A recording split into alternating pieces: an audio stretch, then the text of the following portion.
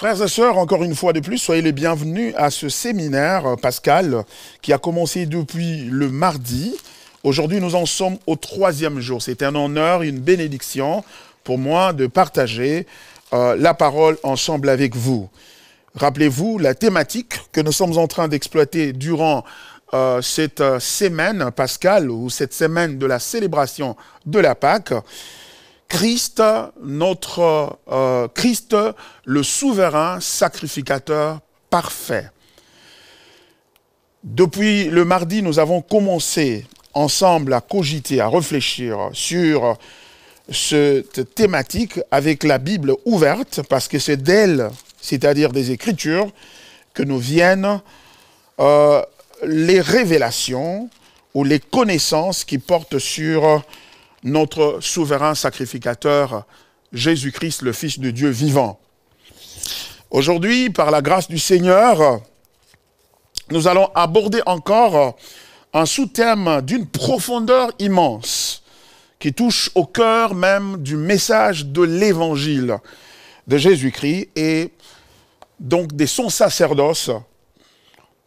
Et ce message va être tiré du livre des Hébreux, où Jésus-Christ nous est présenté comme sauveur, un sauveur puissant, un sauveur parfait, mais aussi un sauveur compatissant, pleinement Dieu et pleinement homme, qui nous comprend, qui nous soutient et nous introduit dans la présence du Père. S'il est un accomplissement important que Jésus a réalisé pour nous, c'est de nous ouvrir la voie vers Dieu et de nous amener dans la présence de Dieu.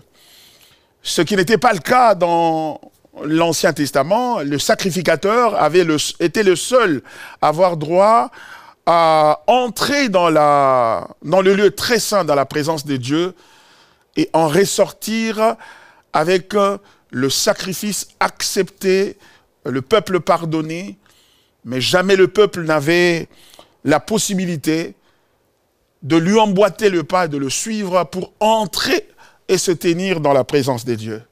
Mais avec Jésus, c'est la bonne nouvelle, c'est que il est entré dans le lieu très saint et là, il nous a amenés ensemble avec lui et il a fait de nous de se faire un royaume de sacrificateurs. Mais avant de nous plonger dans l'analyse ou dans l'étude aujourd'hui de la nature de notre souverain sacrificateur qui est compatissant ou sympathisant avec nous, c'est-à-dire qui non seulement comprend notre souffrance et nos réalités, mais aussi qui souffre ensemble avec nous et qui traverse ensemble avec nous ces réalités. Avant de nous plonger dans le vif du sujet, j'aimerais d'abord faire ces deux remarques importantes qui émergent de tout ce que nous avons appris jusque-là. Et parce que, une chose que vous allez constater, que ce séminaire est en train, au jour le jour, bâtir ou s'ériger sur les connaissances ou l'enseignement que Dieu nous a donné dans le jour précédent. Je voudrais ici souligner deux points importants en guise d'introduction pour nous permettre de souligner les bénéfices que nous retirons de ce séminaire, en fait. Le premier, ou la première remarque que je voudrais faire, c'est que le salut est centré sur Dieu et non sur la libération du diable. Et ça, c'est très important pour nous à comprendre, surtout dans le contexte africain où nous nous retrouvons, dans notre contexte, nous, les Congolais. Eh bien, nous avons besoin de comprendre cette réalité et parce que la compréhension de cette réalité va nous permettre de grandir dans notre foi, car Dieu veut que nous grandissions, que nous ne soyons plus des enfants flottants à tout vent de doctrine, ballottés à tout vent de doctrine, mais que plutôt nous atteignions l'unité de la foi et ce jusqu'à la stature, à la mesure de la stature parfaite de Jésus-Christ, c'est-à-dire ressembler à Christ. Et ceci ne peut être fait et ne peut être accompli, ou cette croissance ne peut se manifester qu'en intégrant cette réalité ou cette vérité importante, c'est-à-dire que le salut est centré sur Dieu. Remarquez quelque chose que nous avons souligné depuis le mardi, que nous sommes en train de partager sur cette thématique, c'est que le souverain sacrificateur offre des sacrifices à Dieu. Quand le sacerdoce est centré sur un service qui est rendu à Dieu. Et Christ qui est venu accomplir, et qui est le parfait souverain sacrificateur, qui a offert le parfait sacrifice, il l'a fait dans la présence de Dieu. Le salut dans le christianisme est une transaction qui est intratrinitaire, c'est-à-dire entre les personnes de la Trinité, le Père qui envoie le Fils et le Fils qui vient vers le Père s'offrir lui-même en sacrifice, et quand il a terminé, le Saint-Esprit prend les conséquences ou les résultats ou les bénéfices de ce que le Fils a réalisé et vient l'appliquer sur le croyant. Voyez-vous? Donc, le salut n'est pas d'abord une question de se débarrasser de Satan. Parce que se débarrasser de Satan ne résout pas le problème qui est entre nous et Dieu. Le problème qui est entre nous et Dieu n'est pas un problème de Satan ou des démons, c'est un problème du péché, qui est une agression, qui est une attaque contre Dieu, et qui nous empêche de pouvoir communier ensemble avec lui. Par conséquent, la priorité, c'est de régler ce problème-là. Et le souverain sacrificateur vient pour régler ce problème-là d'abord. Remarquez une chose, c'est qu'il vient, il apprête le sacrifice à la croix. Donc, il va se livrer en sacrifice pour notre rédemption, c'est-à-dire pour verser la rançon à Dieu, la rançon que la justice de Dieu exigeait et demandait avant que le pécheur ne se tienne dans la présence de Dieu, se réconcilie avec Dieu et ait donc un avenir avec Dieu.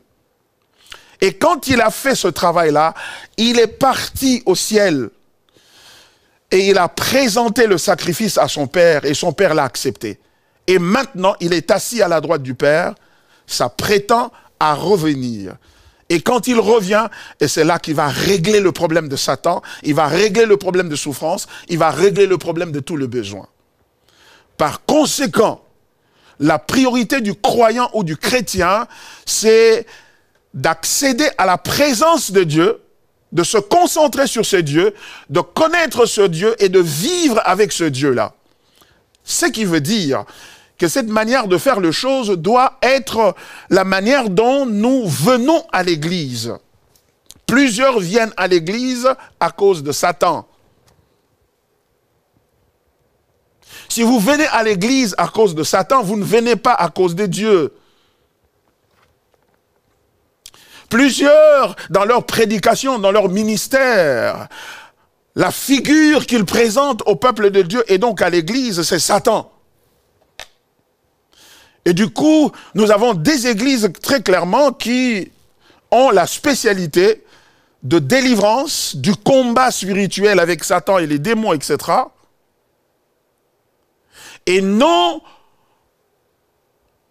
une emphase du reste biblique sur la personne de Dieu. Et pourtant Jésus l'a dit, Jean chapitre 17, verset 3, « Or la vie éternelle, c'est qu'ils te connaissent toi, le seul vrai Dieu, et celui que tu as envoyé. » Et cette connaissance de Christ, ou mieux, de Dieu par Christ dans la puissance du Saint-Esprit, conduit à la ressemblance à Christ, et donc, cet effort, ça s'appelle le discipolat. Voyez-vous? Donc, dans votre vie personnelle, la priorité doit être d'entrer dans la présence de Dieu et de contempler ces dieux-là. C'est pourquoi le texte biblique nous dit, Jésus a dit à la femme samaritaine, l'heure vient et elle est déjà venue, où les vrais adorateurs adoreront le Père en esprit et en vérité. Un adorateur, c'est un admirateur. Et celui qui admire doit d'abord contempler, percevoir ce qu'il veut admirer. Et quand il perçoit ce qu'il veut admirer, c'est alors en ce moment-là qu'il verse ou il s'engage dans l'admiration, dans l'adoration. Et nous sommes des adorateurs du Père en Jésus-Christ par le Saint-Esprit. Et ça, c'est quelque chose de très important. C'est pourquoi la Bible dit, cherchez premièrement le royaume de cieux et sa justice, et le reste vous sera donné par-dessus tout. Nous ne pouvons pas être dans une église qui a pour but la guérison, qui a pour but les miracles, qui a pour but le combat, qui a pour but la délivrance. Le but de l'église, c'est Christ. Et ressembler à lui, le Fils de Dieu vivant. Vous ne pouvez pas avoir un ministère qui a pour but la puissance. Il n'y a pas un tel ministère. Lisez Éphésiens chapitre 4, à partir du verset 11, vous allez voir. Il a donné les uns comme apôtres, les autres comme prophètes, les autres comme évangélistes, les autres comme pasteurs et docteurs, pour le perfectionnement de ça, en vue de l'œuvre du ministère, jusqu'à ce que nous parvenions tous à l'unité de la foi, à la mesure de la stature parfaite de Jésus-Christ, afin que nous ne soyons plus comme des enfants ballottés à tout vent de doctrine. Voyez-vous? Et ça, nous devons corriger. Et ça, c'est la première chose que je voulais d'abord faire remarquer. Donc, le salut biblique vise d'abord à réconcilier l'homme avec Dieu. 2 Corinthiens chapitre 5, versets 18 à 19. Et non à nous délivrer du diable.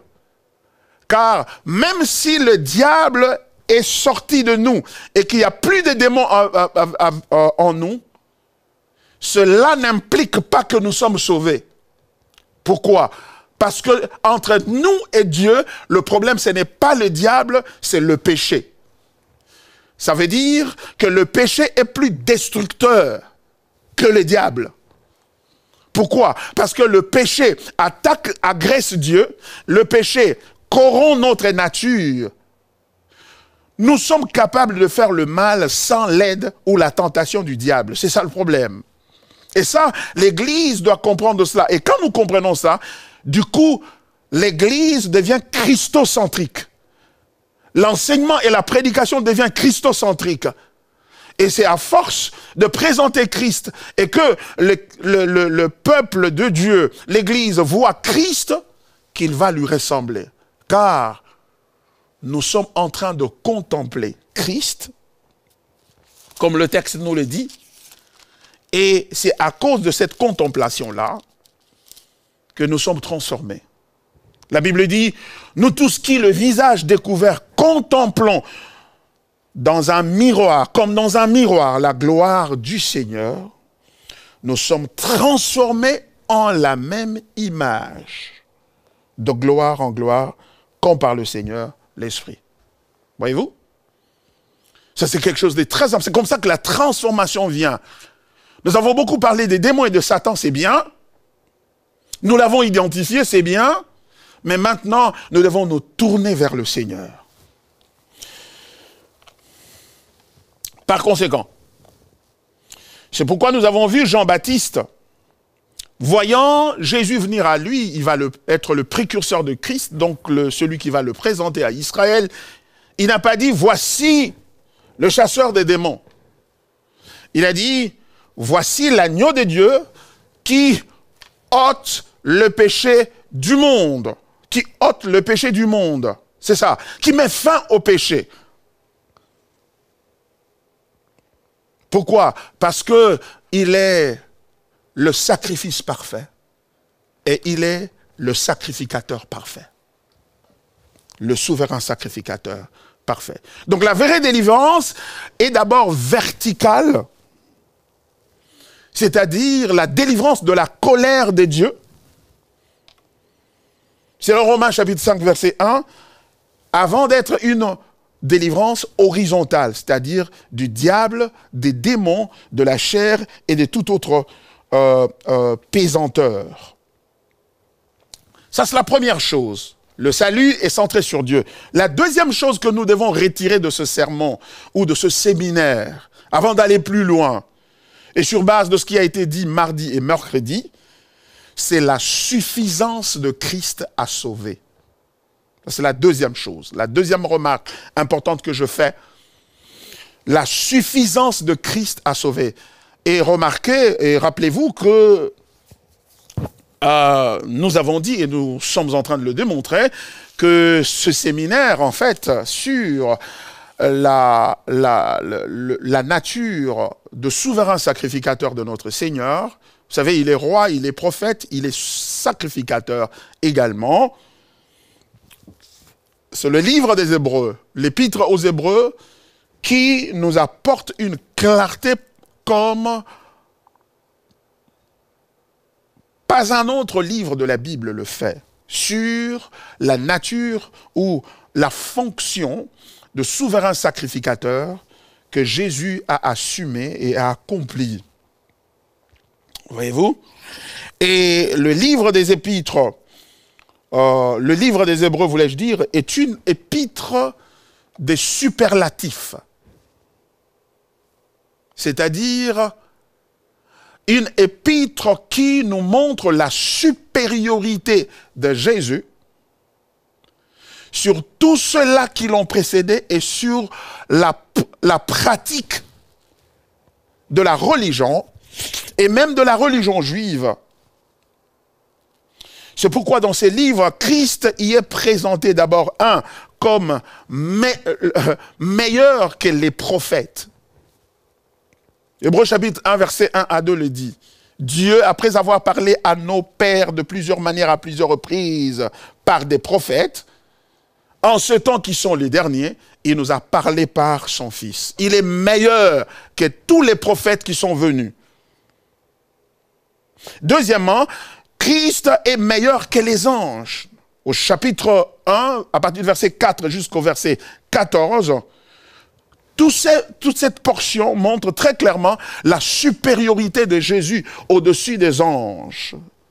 C'est-à-dire, le seul qui a été capable d'assumer la fonction de souverain sacrificateur devant Dieu et donc dans un sanctuaire non construit par les mains d'hommes, mais par Dieu lui-même, et dont le sacrifice n'a pas consisté en le sang de bouc ou de taureau, mais en son propre sang. Et ce sacrifice qui a été agréé, accepté, c'est celui de Jésus. Aucun ange n'est capable d'une telle performance. Troisièmement, il est meilleur que Moïse. Le Moïse, le grand prophète de l'Ancien Testament, par qui Israël a été libéré, par qui la loi est arrivée, par qui l'alliance a été contractée entre Israël et Dieu, Christ est supérieur à lui. Quatrièmement, il est supérieur, il est meilleur que les alliances de l'Ancien Testament. Quand vous lisez Hébreux chapitre 8, à partir du verset 6 et verset 13, la Bible dit, il est le médiateur d'une alliance plus excellente. Au verset 13 du même chapitre 8, il dit, le texte biblique dit, en 10 ans, une alliance nouvelle, il a déclaré la première ancienne. L'alliance que lui amène Jésus est meilleure que la première. Cinquièmement, il est meilleur que le culte lévitique. C'est-à-dire le culte qui avait été institué par Dieu, par le truchement de Moïse, le sacerdoce. Jésus est supérieur, il nous amène un culte supérieur. Hébreux chapitre 9, versets 11 à 14. Son culte est supérieur, pourquoi? Parce qu'il est entré une seule fois dans le lieu très saint. Une seule fois dans le lieu très saint. Alors que le culte de Lévitique ou le culte de l'Ancien Testament était un culte répétitif. Lui, il l'a fait une seule fois et c'est fini. Sixièmement, il est meilleur que le temple. Il est meilleur que le temple, le tabernacle, et finalement le temple qui a été construit sur base du modèle du tabernacle. Il est meilleur que ce temple-là. Lorsque vous lisez Hébreux chapitre 9, verset 11, la Bible parlant de Jésus dit qu'il est venu et il est passé à travers le tabernacle plus grand et plus parfait. Au verset 24 du même chapitre 9, Christ n'est pas entré dans un sanctuaire fait de main d'homme, dit la Bible. Voyez-vous? Numéro 7, il est meilleur que les sacrificateurs. Tous les sacrificateurs de l'Ancien Testament mis ensemble, tous les souverains sacrificateurs qui se sont succédés à la longueur, à travers le temps, il est meilleur que eux. Pourquoi? Hébreux chapitre 7, verset 28 à 23 à 28, le dit. Ils étaient certes ces sacrificateurs en grand nombre, mais lui, parce qu'il demeure éternellement. Pourquoi ils étaient en grand nombre? Parce qu'ils étaient des pécheurs et ils devaient mourir. Mais lui, c'est un sacrificateur éternel. Huitièmement, il est meilleur qu'Aaron et son sacerdoce lévitique. Hébreux chapitre 5, 4 à 6 nous le dit. Nul ne s'attribue cette dignité, elle est accordée par Dieu. Et lui, Jésus, a été établi sacrificateur pour toujours selon l'ordre de Melchisédek. Cet homme qui n'a ni généalogie, cet homme qui n'a ni père ni mère, cet homme à qui Abraham, dans le sein duquel se trouvait Aaron, avait offert à ce sacrificateur supérieur, qui est une image de Dieu lui-même. Christ est supérieur. Il est supérieur parce que il a une perfection qui n'était pas dans le sacerdoce lévitique. Au verset 16 du même chapitre 5, la Bible dit, Christ est selon la puissance d'une vie impérissable. Une vie impérissable qui était en lui. Il demeure éternellement, dit le verset 24 du même chapitre 5. Et il possède un sacerdoce permanent. Pour toujours. Le souverain sacrificateur que nous avons en Christ est saint. Il est innocent, séparé des pécheurs. Il est fils de Dieu pour toujours. Nous avons un tel souverain sacrificateur qui est ministre du sanctuaire véritable qui se trouve dans le ciel auprès du Seigneur. Bien-aimé dans le Seigneur, qu'est-ce qui constitue la supériorité de Christ? Deux choses. Parce qu'il est parfait et il a offert un sacrifice parfait. Ça résout le problème du sacerdoce.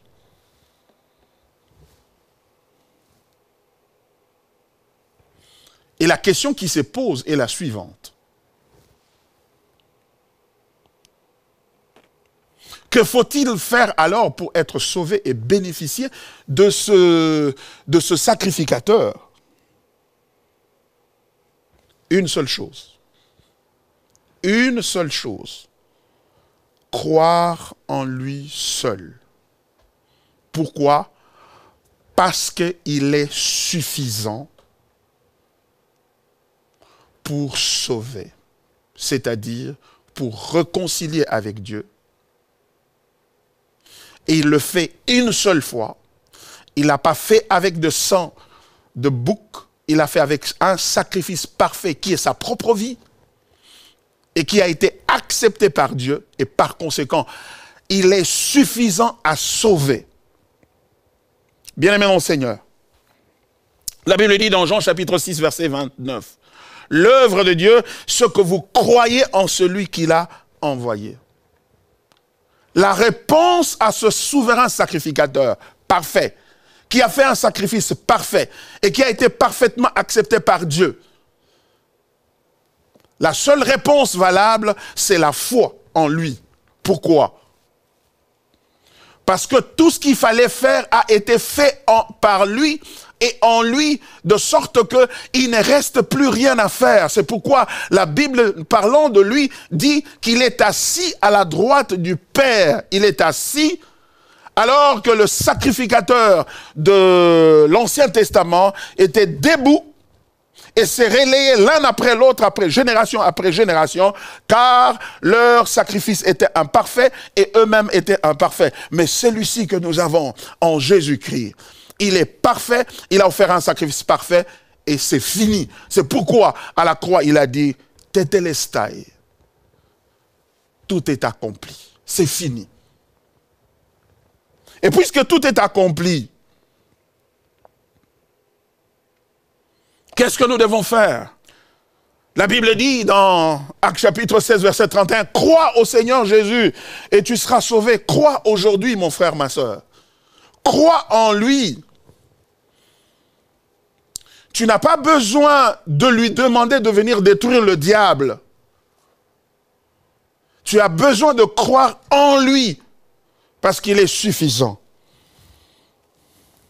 La foi en Christ suffit et elle se démontre par une vie transformée. La Bible dit, dans 2 Corinthiens chapitre 5, verset 17, « Si quelqu'un est en Christ, il est une nouvelle créature.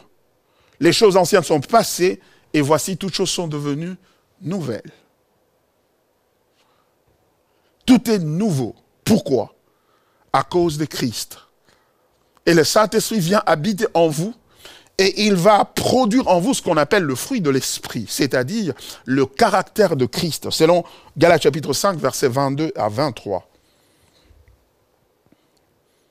Pourquoi il doit produire ça? Parce que ce fruit-là de l'Esprit, c'est-à-dire le caractère de Christ, c'est-à-dire la transformation de vie et de comportement,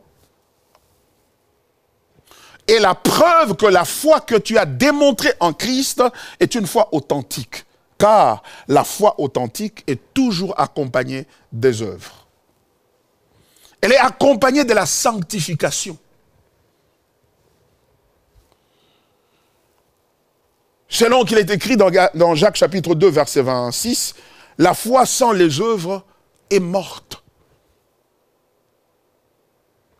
Alors, si Christ est suffisant, bien-aimé mon Seigneur, s'il est suffisant parce qu'il est le parfait sacrificateur et qu'il a fait le parfait sacrifice, quelles sont les conséquences de cette réalité?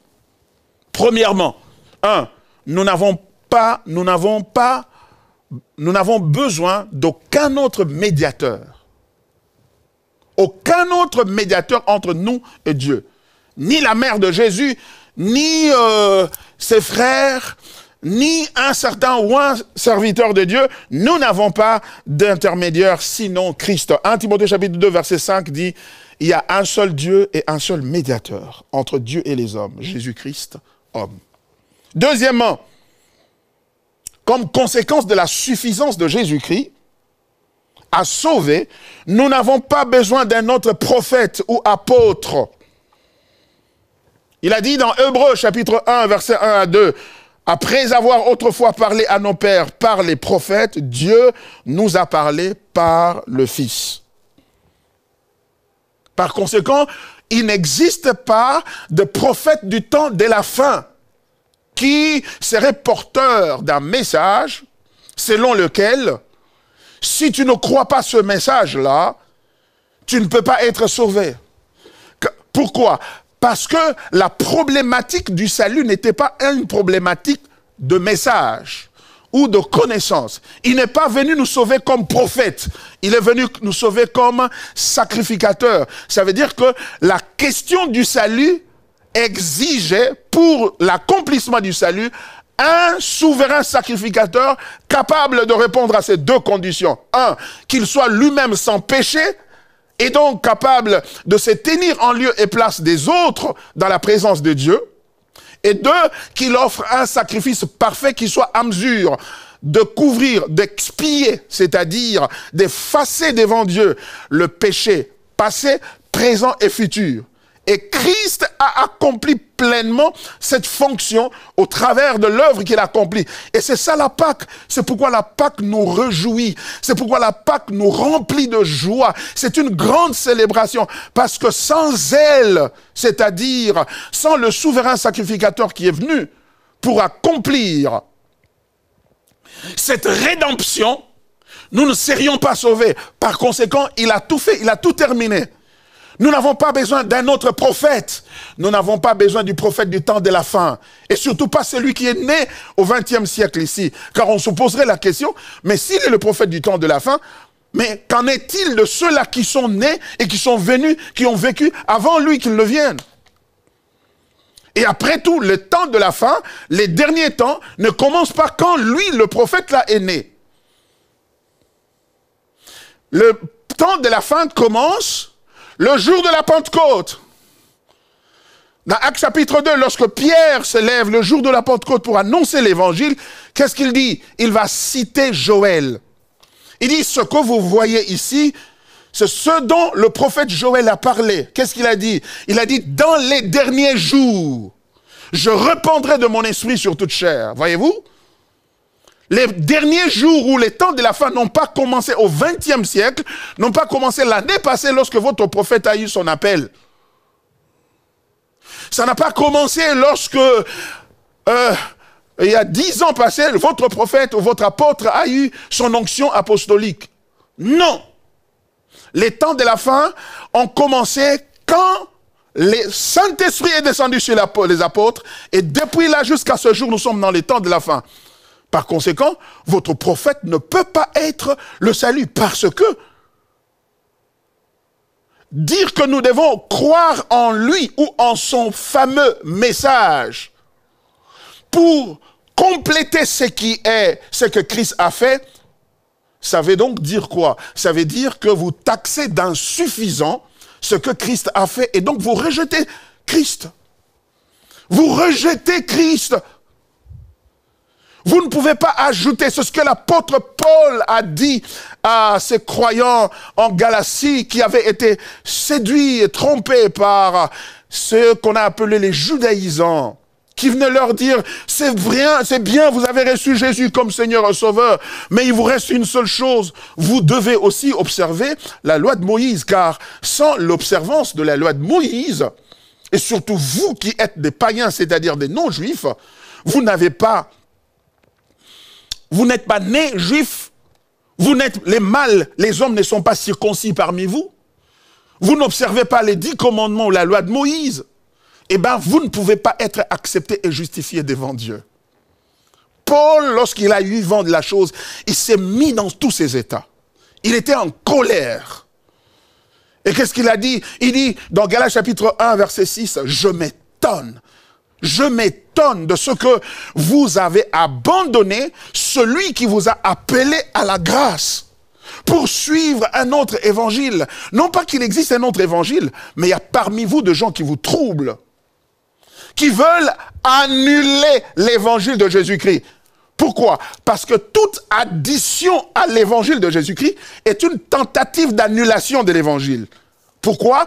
Parce que toute addition est une déclaration implicite de l'insuffisance de Jésus-Christ à sauver.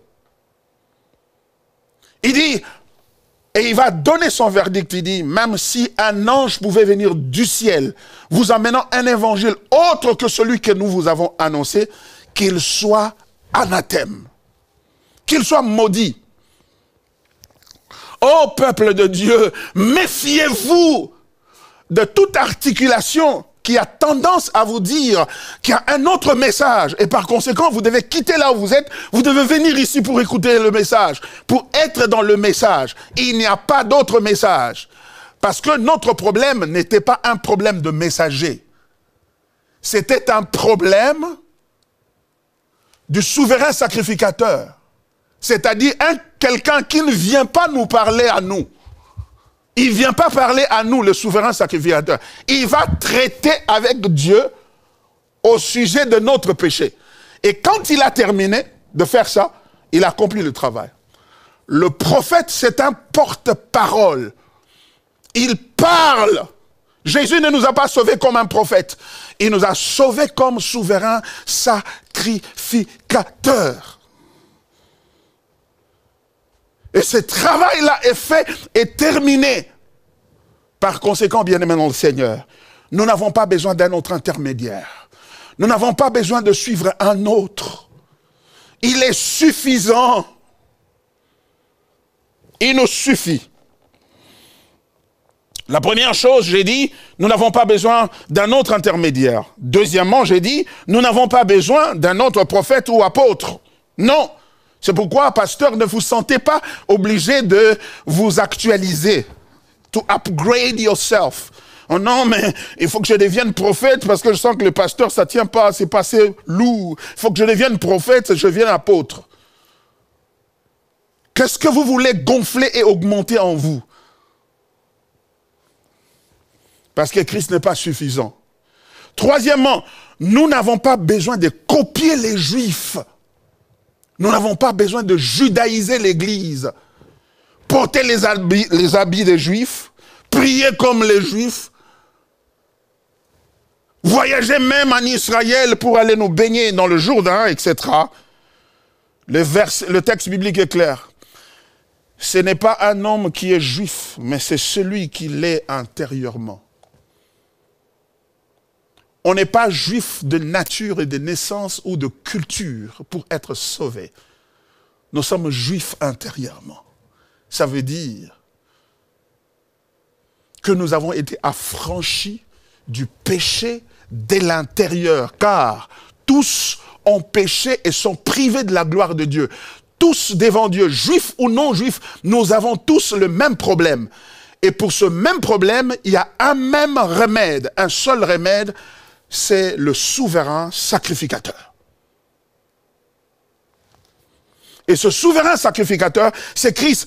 Et par conséquent, par lui, nous sommes tous devenus des Juifs. C'est pourquoi le livre de Galates, chapitre 3, verset 28 dit, en Christ, il n'y a plus ni Juif, ni Grec. Alléluia. Il n'y a plus Juif, ni Grec. Oh non, il y a des talits, il y a des trucs, il faut s'habiller d'une certaine manière parce que ça accélère l'exaucement. Si l'habit accélérait l'exaucement, on n'aurait pas besoin de plusieurs sacrificateurs. Ils portaient les mêmes habits. Mais leur problème, c'était quoi? Le péché.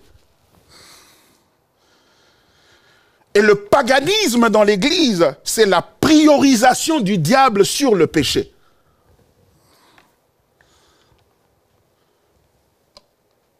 Prioriser le diable au détriment du péché, c'est un péché. Ça veut dire qu'on peut être en train de pécher en pensant qu'on est en train de prier. C'est pourquoi notre religion n'est pas une religion de prière. Notre religion n'est pas une religion de prière, c'est une religion d'adoration. Nous adorons celui-là par qui nous avons la vie, parce qu'il est non seulement un souverain sacrificateur, il est le Fils de Dieu et il est Dieu. D'où la Trinité est très importante. Nous n'avons pas besoin de copier les Juifs. Ne vous cherchez pas de nouveau du joug de la servitude, a dit Paul au chapitre 5, verset 1 de Galates, à ces croyants qui voulaient se judaïser. Ils ont maintenant les fêtes de Juifs, alors que très clairement la Bible dit, toutes ces choses-là, c'était des ombres, des images. La réalité est en Christ. Nous avons la réalité, par conséquent, nous n'avons plus besoin de ces ombres-là. Quatrièmement, nous n'avons pas besoin d'une autre religion. Nous n'avons pas besoin d'un autre culte. Il a dit, je suis le chemin, la vérité et la vie. Jean chapitre 14, verset 6. Il n'y a de salut en aucun autre. Actes chapitre 4, verset 12. Christ est notre religion. Il est notre religion. Notre religion n'est pas faite des commandements. Il ne nous sauve pas en nous disant, voici ce que vous devez faire. Ceux-là ont leurs prophètes qui leur ont écrit, leur ont donné leurs livres ou des instructions à faire. Vous aussi, voici, je vous ai préparé aussi une liste de choses à faire. Et quand vous les aurez faites, vous serez sauvés. Non. Nous sommes sauvés par la mort et la résurrection de notre Sauveur. Ce qui nous sauve dans le christianisme, ce n'est pas ce qu'il nous dit, mais c'est ce qu'il est. C'est ce qu'il est qui nous sauve, qui nous transforme. Alléluia. La religion du Christ, c'est pourquoi on l'appelle ça christianisme. Aucune autre religion au monde n'a une telle emphase.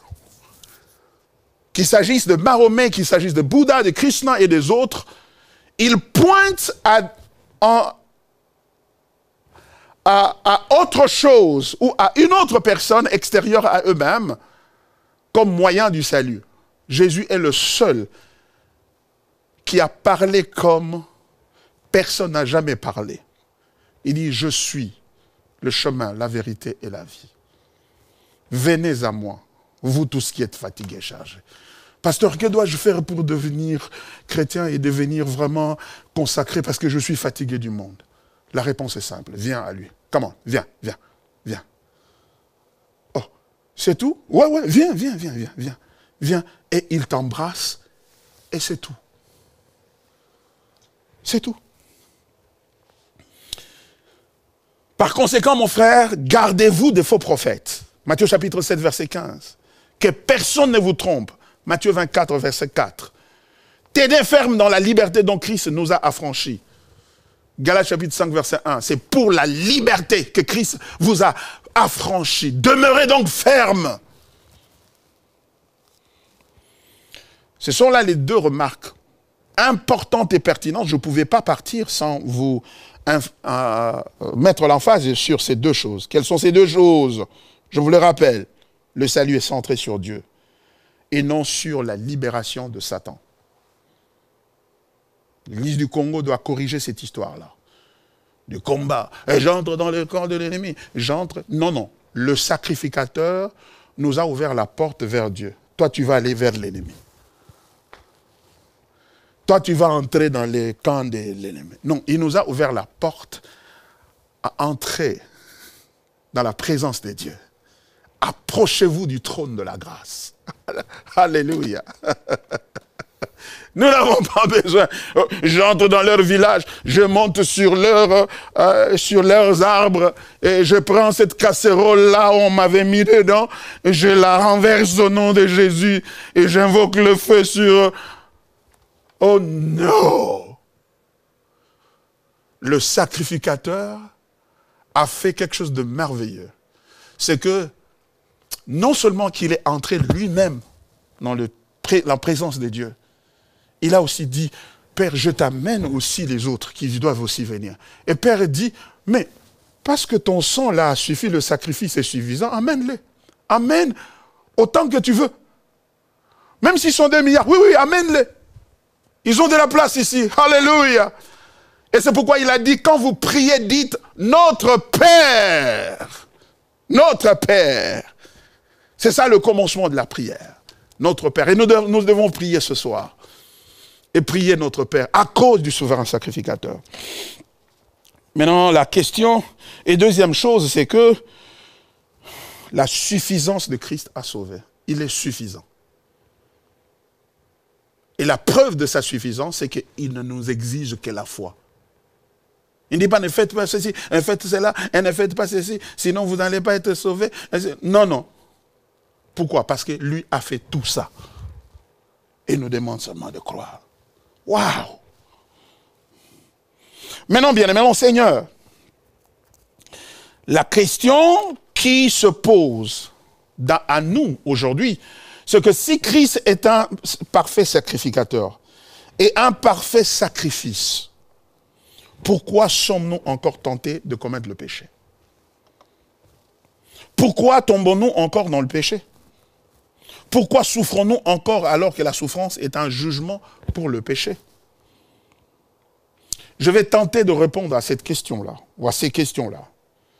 Et avant d'y répondre, nous allons aux Écritures, car ce sont les Écritures qui vont y répondre, et non moi, votre pasteur.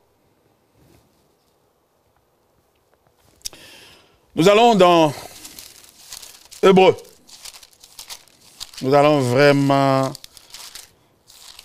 marcher dans Hébreux. Et placer des tentes dans Hébreux, et dormir dans Hébreux. Parce que nous sommes devenus des Hébreux aussi en Christ. Nous sommes devenus des Juifs en Christ. N'est-ce pas? Hébreux chapitre 2, je commence à partir du verset... Je lis le verset 17 et 18, et ensuite je vais lire Hébreux chapitre 4. Hébreux 2, 17 et 18. En conséquence, il a dû être rendu semblable en toutes choses à ses frères, afin qu'il fût un souverain sacrificateur, miséricordieux et fidèle dans le service de Dieu, pour faire l'expiation des péchés du peuple.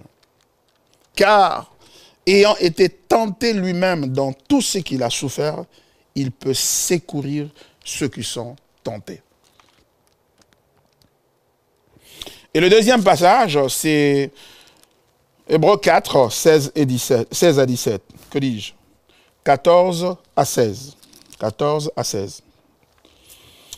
Ainsi, puisque nous avons un grand souverain sacrificateur qui a traversé les cieux, Jésus, le Fils de Dieu, demeurons fermes dans la foi que nous professons. Car nous n'avons pas un souverain sacrificateur qui ne puisse compatir à nos faiblesses. Au contraire, il a été tenté comme nous en toutes choses, sans commettre de péché. Verset 16. Approchons-nous donc avec assurance du trône de la grâce, afin d'obtenir miséricorde et de trouver grâce pour être secourus dans nos besoins. Alléluia. Il a fait ce travail parfait car il est parfait et il a amené un sacrifice parfait. Cependant, nous sommes encore tentés par le mal. Cependant, malgré notre foi en lui, nous tombons parfois, nous bronchons parfois, et ce de plusieurs manières, comme l'apôtre Jacques l'a dit, et que nous sommes exposés à la mort, à la souffrance et à la douleur au quotidien. Pourquoi cela? Alors qu'il a fait tout. Pourquoi cela? Ce texte ici nous montre d'abord, d'emblée, quelque chose de très important. Ce que nos tentations, nos souffrances, nos épreuves, nos difficultés, nos besoins constituent une partie de sa sacrificature ou de son sacerdoce. C'est pour cette raison-là qu'il a fait le sacrifice également. C'est-à-dire que nous ne devrions pas tomber dans le piège de croire que il est mort et ressuscité, c'est-à-dire il a fait le sacrifice pour nous réconcilier avec Dieu. Et maintenant, en ce qui concerne la vie de tous les jours, en ce qui concerne les défis de la vie, des problèmes que nous rencontrons dans la vie, nous devons maintenant nous-mêmes déployer des efforts et d'ailleurs aller prier dur et combattre l'ennemi pour que nous puissions trouver des solutions à ces problèmes-là. C'est-à-dire qu'il n'a fait que sa part et nous avons aussi notre part à faire. Non. Il a tout fait, tout est accompli. Quand il a dit tout est accompli, tétélestai, il a tout fait, y compris nos problèmes, nos difficultés, de sorte non seulement à restaurer notre communion avec Dieu qui était brisée, mais aussi en nous amenant à la présence de Dieu, nous puissions jouir de l'héritage qui lui appartient et ainsi partager la royauté ensemble avec lui, c'est-à-dire régner ensemble avec lui, parce qu'il n'est pas seulement sacrificateur, il est aussi roi. Mais sa royauté l'accès à son royaume ou à sa royauté ou en son règne sur toute chose a été garanti par l'œuvre de la sacrificature, l'œuvre du sacrifice qu'il a fait devant Dieu et qui a été accepté. L'évangile n'est pas le premier pas pour commencer la vie avec Dieu. C'est-à-dire, dans la tête ou dans l'entendement de certaines personnes, l'évangile, c'est pour le salut. C'est pourquoi ils vous parlent, même dans leur prédication, de beaucoup de choses que vous devez faire. Mais avant de commencer de faire ces choses-là, il vous faut d'abord recevoir Jésus comme Seigneur et Sauveur, car c'est cela qui vous donne accès au salut. Et quand vous avez terminé de faire ces choses-là, c'est-à-dire quand vous avez terminé de recevoir Jésus comme Seigneur et Sauveur, maintenant vous devez entrer dans une carrière de combat, dans une carrière d'effort. C'est-à-dire que l'évangile, c'est le ABC de la vie chrétienne, c'est le commencement de la vie chrétienne. C'est la partie introductive de la vie chrétienne. Ça vous permet d'entrer en Christ. Et quand vous y entrez, maintenant vous êtes à votre propre compte et vous devez vous battre pour tenir. Parce que l'évangile ne peut pas vous aider en ce moment-là. Et à la limite, Dieu s'est arrangé pour vous donner le Saint-Esprit de sorte que vous puissiez utiliser la force du Saint-Esprit comme la force d'une batterie. C'est pourquoi vous devez chaque fois, quand vous vous videz du Saint-Esprit, vous devez être rempli du Saint-Esprit, vous devez toujours rentrer rempli du Saint-Esprit comme une batterie qui vient vous aider à prendre en charge votre vie et à vous battre pour la vie. C'est-à-dire pour vous maintenir sauvé, pour vous maintenir dans la vie avec Dieu. C'est pourquoi vous devez beaucoup prier afin de résister aux tentations. Sinon, si vous ne le faites pas, la tentation, le diable va vous détruire et du coup, vous allez perdre votre salut et vous allez perdre aussi les bénédictions. C'est pourquoi ça vous revient de vous battre et de faire des sacrifices et de s'aimer, de donner de l'argent, de faire des sacrifices pour que Dieu, pour convaincre Dieu de vous donner la bénédiction. Parce que, après tout, il a déjà donné sa vie pour vous, le reste vous appartient. Une telle compréhension de l'évangile est nocive, bien-aimés dans le Seigneur. Elle est nocive, c'est-à-dire elle est dangereuse. Elle n'est pas biblique. Ce n'est pas ce que Dieu veut. Il n'est pas sacrificateur juste pour nous donner le ticket pour entrer au ciel. Et quand nous entrons au ciel, nous avons un terrain vide, nous devons maintenant construire notre propre maison, et puis l'équiper, et puis l'embellir, et ensuite y demeurer. Et quand certains prêchent la parole de Dieu, vous avez l'impression que c'est ce à quoi ils nous invitent. Et vous savez quoi? Il en résulte qu'aujourd'hui, plusieurs qui sont venus à l'église et qui ont été exposés à cette articulation, parce qu'on leur a dit, si vous s'aimez, si vous donnez, vous faites ceci, vous priez beaucoup, vous combattez, vous allez avoir le miracle, vous allez avoir des bénédictions, vous allez avoir la percée, vous allez avoir ceci ou cela. Et quand ils ont fait cela, malheureusement, ils n'ont pas vu le résultat de ces choses-là. Ils n'ont pas vu ce qu'on leur avait promis. Et plusieurs ont quitté les églises. Et aujourd'hui, remarquez quelque chose. C'est que dans une église où on ne parle pas de Satan, où on ne parle pas du combat, où on ne parle pas de la prospérité, de la destinée, etc., peu de gens viennent. Peu de gens viennent. Ça veut dire que finalement, les pasteurs eux-mêmes se sont rendus compte que non, pour tenir l'église, il faut absolument responsabiliser ces gens. Et il faut leur promettre des choses.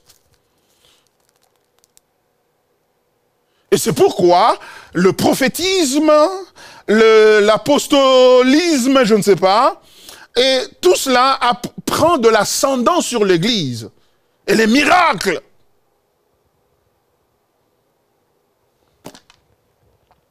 Conséquence, beaucoup de gens sont fatigués de l'église, sont fatigués du combat, parce qu'ils se sont battus, combattus. Ils n'ont pas vu de différence. ou à la limite de changements cosmétiques, c'est-à-dire superficiels, qu'ils ont vus, qu'ils ont expérimentés et qui ont fait que finalement ils se sont fatigués. Il y a un épuisement dans la ville, il y a un épuisement dans l'église du combat. La bonne nouvelle, c'est qu'il a dit, venez à moi, vous tous qui êtes fatigués et chargés, et je vous donnerai du repos. Venez à moi, vous tous qui êtes fatigués, chargés. Il y a des gens qui sont fatigués, et il y en a qui ne viennent plus à l'église. Il y en a qui ne viennent plus à l'église. Mais la question, c'est que, qu'en est-il, pasteur, de nous? Moi, là, ça fait 20 ans. Moi, ça fait 17 ans. Moi, ça fait 5 ans que je suis en train de prier comme ça, je ne vois rien. Et ma vie souffre. Je souffre des temps difficiles, parfois des soulagements ici et là. Et la seule chose qui maintient les autres, certaines personnes, encore à venir à l'église, c'est les diables. Parce qu'on leur a dit, si tu arrêtes de prier, le diable va te tuer. Alors viens prier. Il vient prier ne fût-ce que pour se garder, se protéger. Mais au fond, il ne prend plus plaisir à cela. Il n'y a plus de plaisir à prier.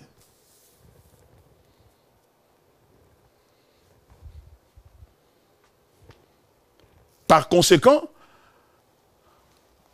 il devient pertinent et plus qu'important pour nous de nous poser la question, la Bible en main, c'est-à-dire pour laisser la Bible répondre à cette question. Mais Christ a fait ceci, il a fait cela. Mais pourquoi nous souffrons encore? Pourquoi nous traversons encore de temps difficiles? Pourquoi nous sommes encore tentés? Quelqu'un a dit, mais Jésus, moi je ne comprends pas. Il est venu, on nous a dit qu'il a vaincu le diable, mais pourquoi il n'a pas arrêté carrément le diable et partir avec? Comme ça, il nous laisserait tranquilles. Nous resterions sans les attaques du diable. Jésus n'a pas laissé le diable pour vous aider à prier. Comme si lui est incapable d'attirer les gens à la prière par lui-même. C'est-à-dire que Jésus, vraiment, juste pour Jésus, si il faut prier juste pour Jésus, je ne suis pas motivé. Mais si vous me dites la sorcellerie, et on va m'attaquer, on va m'arracher ceci, ah là, je vais prier. Par conséquent, je ne suis pas un adorateur. Ou à la limite, je suis un adorateur de moi-même. Et un adorateur de soi-même s'appelle en langage technique idolâtre. Ça, c'est un langage technique que seuls les techniciens connaissent. L'idolâtrie. Non, ce n'est pas un langage technique. C'est l'idolâtrie. Et par conséquent, pourquoi souffrons-nous? Ouvrons la Bible. Premièrement, pourquoi sommes-nous encore tentés? D'abord parce que le salut que nous avons reçu, c'est un salut eschatologique. C'est-à-dire quoi? C'est-à-dire que ce que Christ a fait est parfait et n'a pas besoin d'addition. Mais cependant, dans sa manifestation, tout n'est pas encore manifesté. La Bible dit, petits enfants, ce que vous êtes n'est pas encore manifesté. Vous l'êtes déjà. Vous êtes déjà bénis, vous êtes déjà libres, vous êtes déjà dans la bénédiction. Mais vous n'êtes pas, vous ne la voyez pas encore. Pourquoi? Parce que le souverain sacrificateur est encore en train de faire un travail qui n'a pas terminé de l'autre côté. C'est-à-dire quoi? Là où il est assis à la droite du Père, il est en train de faire un travail avant de revenir pour mettre fin à toute chose et ainsi nous amener à jouir du bonheur. Par conséquent, nous sommes maintenant dans ce qu'on appelle le déjà et le pas encore. Déjà, mais pas encore. Sauvé, mais pas encore. Petits enfants, ce que vous êtes n'est pas encore manifesté. C'est-à-dire que c'est à la fin. C'est pourquoi notre évangile n'est pas seulement christocentrique, il est christotélique, télique, télos, qui veut dire la fin. À la fin, ce que nous avons comme promesse, c'est d'avoir lui le Seigneur. Dans sa totalité, dans sa plénitude. Et cette plénitude n'est pas encore arrivée. Donc nous sommes dans une période de en attendant. C'est pourquoi nous sommes encore tentés par le diable. Nous tombons encore dans le péché. Et nous souffrons encore. Mais pourquoi sommes-nous tentés? 1. Parce que notre nature pécheresse demeure encore. Parce que nous sommes encore dans ce corps, nous avons encore la nature pécheresse. Romains chapitre 7, versets 18 à 20 en parle. Paul dit, « Je sais le bien n'habite pas en moi, c'est-à-dire dans ma chair. Tant que je suis encore dans ce corps, je serai sollicité par la tentation. » Pourquoi? Parce que je suis lié, j'ai des liens, je suis possédé. Non, je ne peux pas l'être. Mais à cause de la nature pécheresse qui est attachée à ce corps que je porte. C'est pourquoi le diable nous tente. La Bible dit, votre adversaire, le diable, rôde comme un lion, rugissant, cherchant qui le dévorait. Il est encore là et il est encore en train de travailler, le diable. Mais nous avons la victoire sur lui. Cependant, il veut tenter. Il tente pourquoi? Parce qu'il n'est pas capable de nous contrôler. Le diable contrôle le païen, les non-croyants, mais il ne contrôle pas le chrétien. Il ne fait que tenter pour voir si ça va marcher ou pas. Deuxièmement, pourquoi tombons-nous encore dans le péché? Parce que la chair est faible. Matthieu chapitre 26, verset 41. L'esprit est bien disposé, mais la chair est faible. Nous négligeons la vigilance. Quand nous sommes moins vigilants, eh bien, nous tombons. 1 Corinthiens 10, 12 dit que celui qui croit être debout prenne garde de tomber. Sois vigilant au sujet de ta vie. Troisièmement, pourquoi nous souffrons? La souffrance n'est pas toujours un jugement. Comme certains veulent nous dire, que si nous souffrons, nous traversons des moments difficiles, c'est parce que nous avons des liens, il y a des hôtels qu'il faut renverser, il faut faire ceci, il faut faire cela. Non, Jean chapitre 9, versets 1 à 3, nous montre que ce n'est pas, la souffrance n'est pas toujours résultat d'un jugement. La souffrance peut être pour la gloire de Dieu. C'est pourquoi les disciples ont posé la question, mais ce monsieur est aveugle, qui a péché? C'est lui, ses parents, c'est qui?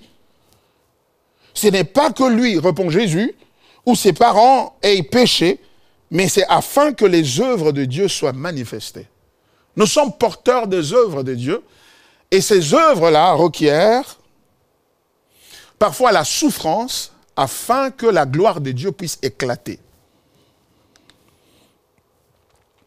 Pourquoi souffrons-nous? Mais parce que la souffrance produit aussi l'endurance et la sanctification. Ça produit l'endurance.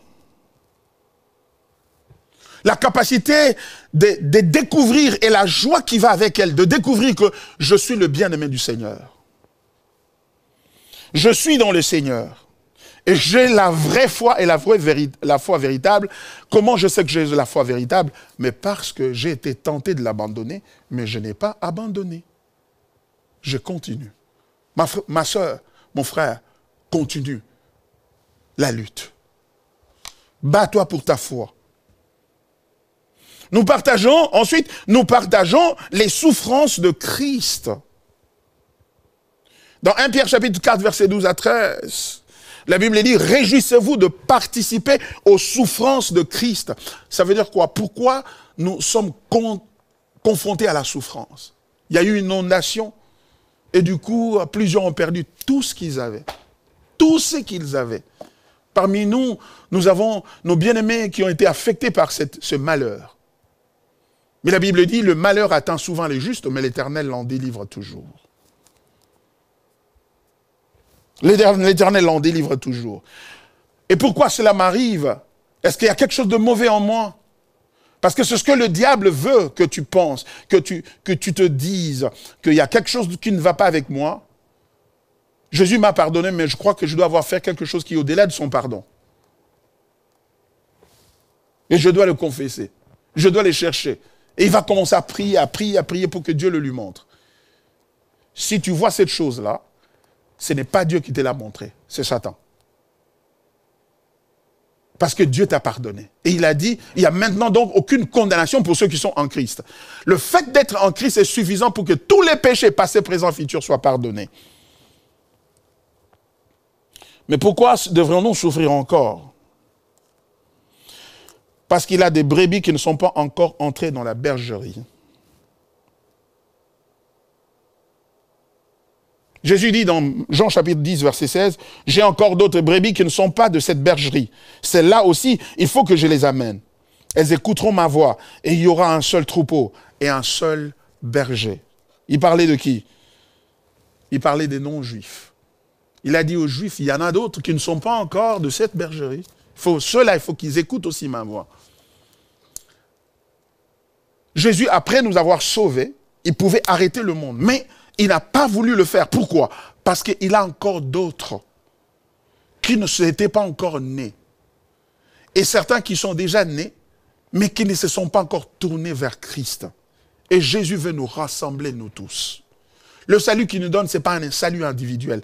C'est un salut qui est communautaire, qui a des implications communautaires, qui nous regroupe en Église. Et ainsi, notre souffrance, c'est une manière de participer aux souffrances de Christ en vue d'aller chercher les autres et les amener. La Bible dit, cet évangile du royaume sera prêché dans tout le monde pour servir de témoignage, après quoi viendra la fin. C'est pourquoi l'Église, nous devons évangéliser. La Pâque veut dire, le salut est accordé, sortons de l'Église, sortons des quatre murs de l'Église, allons dans le bifurcation, dans le rond-point, allons dans les magasins, dans les malls, allons au travail, à l'école, dans notre voisinage, parlons de Jésus. Pourquoi? Parce qu'il a d'autres brebis qui ne sont pas encore entrées dans la bergerie. Il faut qu'elles aussi entrent. Et ce qui est extraordinaire, c'est que le travail que tu fais pour que les autres brebis viennent à lui, tu seras récompensé pour ce travail-là. Par conséquent, il ne veut pas te sauver et t'amener directement au ciel. Pourquoi? Tu risques d'y arriver sans récompense. Tu risques d'y entrer et tu n'as pas de récompense quand les autres se réjouissent. Il dit, j'avais faim, tu m'as donné à manger. Entre dans la maison dans la joie de ton maître. J'avais soif, tu m'as donné à boire. Entre dans la joie de ton maître. J'étais malade, tu m'as visité. Entre dans la joie de ton maître. J'étais divorcé, perdu, je n'avais plus de repères. Tu m'as apporté la bonne nouvelle. Entre dans la joie de ton maître. Bien-aimé dans le Seigneur, ne regrette pas les efforts que tu fournis pour la maison de Dieu.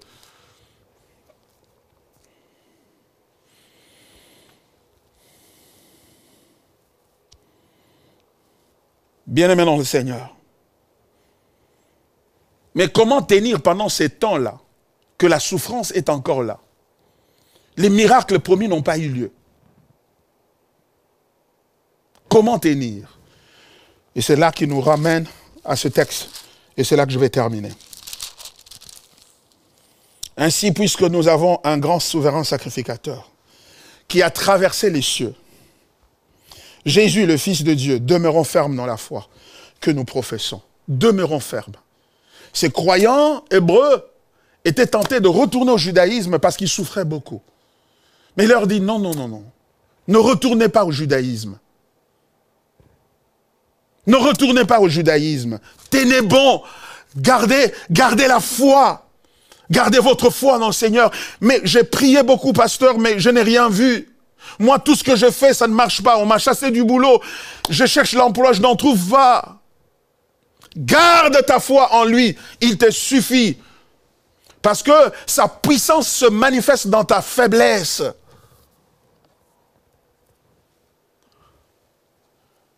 Verset 15, car nous n'avons pas un souverain sacrificateur qui ne puisse compatir à nos faiblesses. Au contraire, il a été tenté comme nous en toutes choses. Tenté avec les femmes, tenté avec l'argent. Le diable lui a dit, il a fait monter à un point élevé, il lui a dit, tu vois tout le royaume de la terre. Tous ces royaumes m'ont été donnés, leur gloire et leur puissance. Si tu t'agenouilles devant moi, je vais te donner ces choses. Il connaît la force de la tentation. C'est vrai, il n'avait pas un iPhone pour regarder voir la tentation de la pornographie. Mais cette tentation-là était plus grande. Il a connu il a été tenté en toutes choses. Même pour le manger, il a été tenté. Tu vois ces pierres, transforme-les en pain. pour que tu manges. Fais un miracle.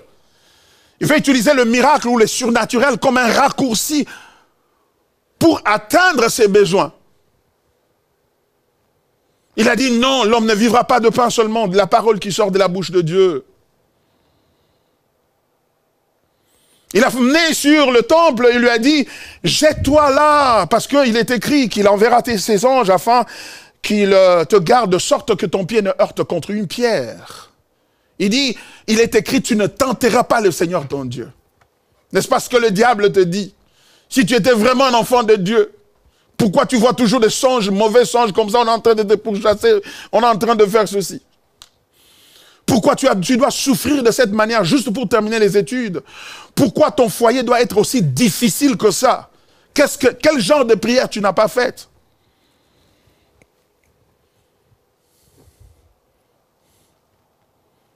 Qu'est-ce qu'il faut faire? Verset 16 répond. Et nous allons terminer par là. Approchons-nous donc avec assurance du trône de la grâce afin d'obtenir miséricorde et de trouver grâce pour être secourus dans nos besoins. Pour être secourus. Nous avons un souverain sacrificateur qui est compatissant. C'est-à-dire qui est sympathisant. Ça veut dire quoi? Qui est prêt à souffrir avec nous. Et qui est capable de comprendre nos souffrances. Pourquoi? Parce qu'il est passé par là. Il a vécu ça, il a vécu le rejet, il a vécu la faim, la soif, il a vécu le mépris, la haine des gens qui le détestent alors qu'ils ne faisaient aucun mal. Les déceptions dans la vie, tu en as connu, n'est-ce pas? Et parfois même dans l'église, venant même de pasteur Baron, ton pasteur. Mon pasteur, ce qu'il m'a dit là, il m'a déçu, etc. Tu as eu le cœur brisé. Qu'est-ce que tu vas faire? Il n'y a qu'une seule chose. Il dit, venez, allons au trône de la grâce. Ça veut dire, allons à la prière. Et la prière n'a pas pour raison ou fonction d'arrêter ces problèmes ou de les faire disparaître. Non, mais c'est de provoquer en nous l'endurance. Parce que ces choses sont nécessaires, parce que le maître n'est pas encore revenu, il a ses pieds à la porte en train de revenir, mais il tarde encore un tout petit peu. Pourquoi? Parce qu'il a encore d'autres brebis qui ne sont pas encore entrées dedans. Peux-tu aussi endurer à cause des autres? C'est exactement ce que lui a fait. N'est-ce pas? Il a quitté le confort de sa vie au ciel, il est venu sur la terre, il a porté la chair humaine, il a souffert, il a été exposé à toutes sortes de souffrances. Il a fait pour les autres. Ne peux-tu pas faire pour les autres? Ce que tu endures pour les Congolais. Tu endures pour les autres qui sont à côté. C'est pourquoi tu n'es pas appelé à demander, à appeler le feu sur les autres. C'est un message démoniaque, diabolique.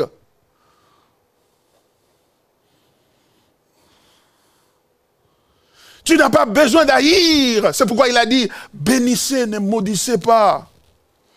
Bénissez, ne maudissez pas. Ne rendez pas le mal par le mal. Il t'a fait ça, il t'a brisé, il t'a humilié. Il a fait cela, c'est vrai. La solution ne se trouve pas dans la revanche, dans la vengeance. La solution, c'est d'aller au trône de la grâce pour obtenir miséricorde. Frères et sœurs, même dans le ministère, dans le service pour Dieu, je traverse des moments extrêmement difficiles. Je ne peux vous dire combien je suis le premier bénéficiaire de cet enseignement. Je suis le premier bénéficiaire de cet enseignement qui m'invite ensemble avec vous d'aller au trône de la grâce pour obtenir la grâce. Paul a prié par 3 fois. Enlève cette écharde, ôte cette écharde de moi. Il lui a dit, non, je ne le ferai pas. Pourquoi? Parce que ma grâce te suffit. Ma puissance s'accomplit dans ta faiblesse. Ma grâce te suffit. Je suis là. Il ne t'a pas abandonné. Peu importe ce que tu lis autour de toi, ce que tu vois, il n'y a plus de débouchés. Tu as même tenté de sortir du pays, ça n'a pas marché. Toi, tu as tenté de sortir du pays. Moi, je cherche à rentrer au pays.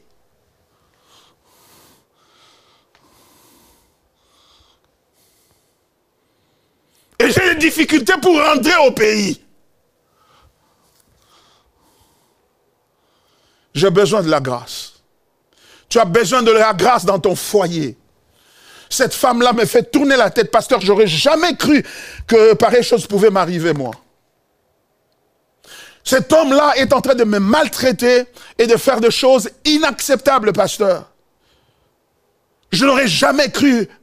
J'ai prié, je suis en conflit avec sa famille, la belle famille ne m'aime pas, etc. Qu'est-ce qu'il faut faire? Le souverain sacrificateur dit, j'ai vécu ça, j'ai connu ça. Je peux compatir. Et il dit, allons, j'ai ouvert la porte pour que tu ailles au trône de la grâce. Et regardez quelque chose de puissant, de glorieux, c'est que quand il nous invite d'aller au trône de la grâce, et quand nous allons au trône, nous le trouvons lui à la droite du Père. C'est-à-dire, pendant que nous sommes en train de dire la prière, à la droite de Dieu, il y a une évidence que notre prière est écoutée et notre prière est répondue. Pourquoi? Parce qu'il est à la droite du Père. C'est ça la Pâque. Cette Pâque devra changer les choses en toi. Ce n'est pas ta femme qui doit changer, mais c'est toi qui dois changer, qui avoir un cœur élargi pour supporter, pour endurer. Car en cela, tu ressembles à Jésus. Pourquoi? Mais parce qu'il est venu, non seulement pour sacrifier à Dieu, mais il est aussi venu pour faire de nous des sacrificateurs. Nous recruter comme des sacrificateurs, afin d'entrer dans sa présence et d'être comme lui. Il ne s'est pas plaint de sa vie. Il ne s'est pas plaint de ses souffrances. Il les a acceptées, il les a endurées. Il a dit non pas ce que moi je veux, Père, mais ce que toi tu veux. Nous ne parlons pas des souffrances qui viennent comme résultat du vol, de la corruption, du mensonge. Tu dois sortir le mensonge de ta bouche. Tu es allé t'endetter pour prouver que tu peux aussi acheter une maison, acheter une parcelle, acheter une voiture, acheter des belles chaussures, acheter un beau sac. Maintenant, on est en train de te poursuivre par le créancier. Ce n'est pas de cela que nous sommes en train de parler. Ça, pour ça, tu as besoin de te repentir. Car c'est un mal que tu as fait. Tu as voulu vivre pour prouver les gens. Au lieu d'accepter d'être humble, la Bible dit, humilie-toi sous la puissante main de Dieu et il t'élèvera au temps convenable. Tu es entré dans des combines de vendre la drogue, de ceci, de cela, pour paraître grand, paraître important. Et maintenant, ça explose entre tes mains. Ce dont tu as besoin, c'est la repentance. Mais pour ceux-là qui craignent le Seigneur, la Bible dit, ceux qui veulent vivre pieusement en Jésus-Christ seront comment? Persécutés. Persécutés. Tu seras persécuté. Mon frère, ma soeur, approchons-nous donc avec assurance dans la prière. Parce que nous avons un souverain sacrificateur qui est semblable à nous, qui a été rendu semblable à nous en toutes choses, qui a enduré et qui peut compatir. Et non seulement ça, quand nous allons au trône de la grâce, ce qui est extraordinaire, c'est que non seulement nous prions, mais lui aussi est en train de prier. C'est de cela que mon frère, ce merveilleux frère, Enoch Harper va vous parler demain. De la prière d'intercession, de l'intercession du sacrificateur. Et quelle est la valeur de cette intercession-là? Tu as besoin d'entendre ces choses, mon frère, ma soeur, pour que tu sois fort et forte dans l'intérieur. Pour que tu n'ailles pas vendre ton corps, pour que tu n'ailles pas compromettre ton intégrité, juste pour avoir de quoi manger. Tu as besoin de tenir. Viens obtenir la grâce. Viens d'obtenir la grâce d'être un serviteur de Dieu, craignant Dieu, qui retourne aux Écritures, qui prêche l'Évangile, même si la salle n'est pas pleine. La voilà, elle est devant moi. Et je suis en train de transpirer à plus de milliers de kilomètres ici, en train de prêcher. Car il ne m'évaluera pas sur la base des nombres de gens, il m'évaluera sur la base de la fidélité. De la fidélité. Bon et fidèle. Il était fidèle lui-même. Quand il a fait son sacrifice, il était resté seul, abandonné par des disciples. Je ne suis pas étonné que les gens quittent l'église. Il était tout seul. Au pied de la croix, il restait sa mère. et un disciple. Et les autres s'étaient éparpillés. Il était seul. Mais quand il a terminé le travail le 3e jour, Dieu l'a sorti du tombeau. Parce qu'il était fidèle. Sois fidèle. Sois fidèle dans l'œuvre de Dieu. Sois fidèle à l'église. Sois fidèle. Ne te laisse pas influencer par des mouvements. Sois fidèle. Fais l'œuvre du Seigneur. Allons ensemble dans la présence de Dieu. Incluons dans la prière.